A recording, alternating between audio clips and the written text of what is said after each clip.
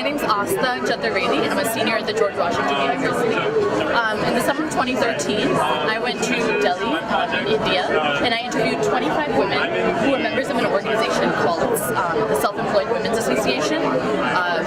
This organization was established in a western state of India called Gujarat, and I went to their Delhi chapter. It's called SEWA Delhi. I basically began with the question of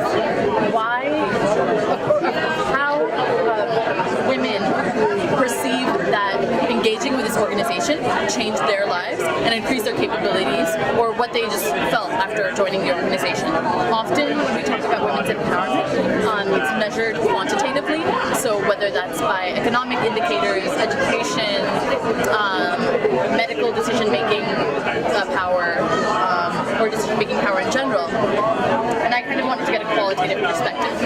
And the interviews were conducted in Hindi, and I asked open-ended questions. It was an inductive approach, and I asked them things like about their background, whether they felt happier after being as part of the organization, what they felt their aspirations were, and whether they felt that they were able to speak out more in their homes and in other contexts because of SEWA.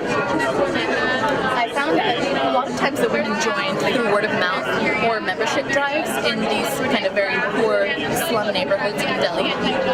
They felt that by being a part of SEWA, rather than having a middleman who was negotiating the hours that they would work and who would kind of impose rules and not pay them on time, by working with SEWA, these women who were embroiderers, construction workers, domestic workers, would be able to get fair and timely pay in a very safe environment. They also would be able to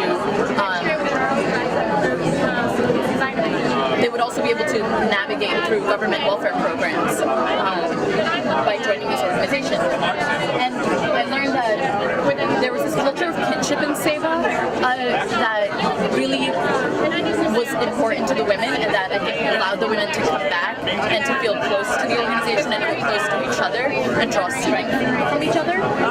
They would often say, we're all brothers and sisters here. And they would felt that through the staff members and through each other, they were gaining knowledge about things that are going on in their neighborhood, how to work with government officials. They did not feel confident about these things before SEWA. They also felt that they decreased their fear. Often I would speak to women who felt that they could only be at home and that they didn't know about the outside world, and that they would let their husbands go do things, not because they were oppressed, but because they were internally afraid.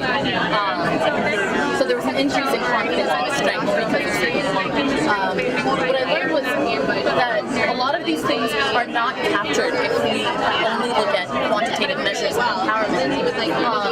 And we can learn more about how a self-help group or development program can improve a woman's life if we engage in qualitative data. It can complement or even challenge findings that may come from quantitative measurements. One thing that I thought was really interesting, a question that I asked the participants was, do they feel that they need to ask permission of someone in their home to go to a doctor? A lot of the women, actually, these same women who said that they felt more confident and felt more strong, or felt stronger after being a part of SEWA, felt that, yes, of course I have to ask my husband to go to the doctor. He should know where exactly we're at. We ask each other these things. Now, if this had been captured solely by this one measurement, and it was quantitative, we would fail to kind of understand the rest of what this organization was providing for these women and what they were gaining from each other. So I think at the end of the day, the big takeaway is that giving voice to the women, talking to the beneficiaries of these development programs adds a different dimension to how we measure empowerment. And this case study of SEWA Delhi, I think, can have some contributions to what we call women's empowerment.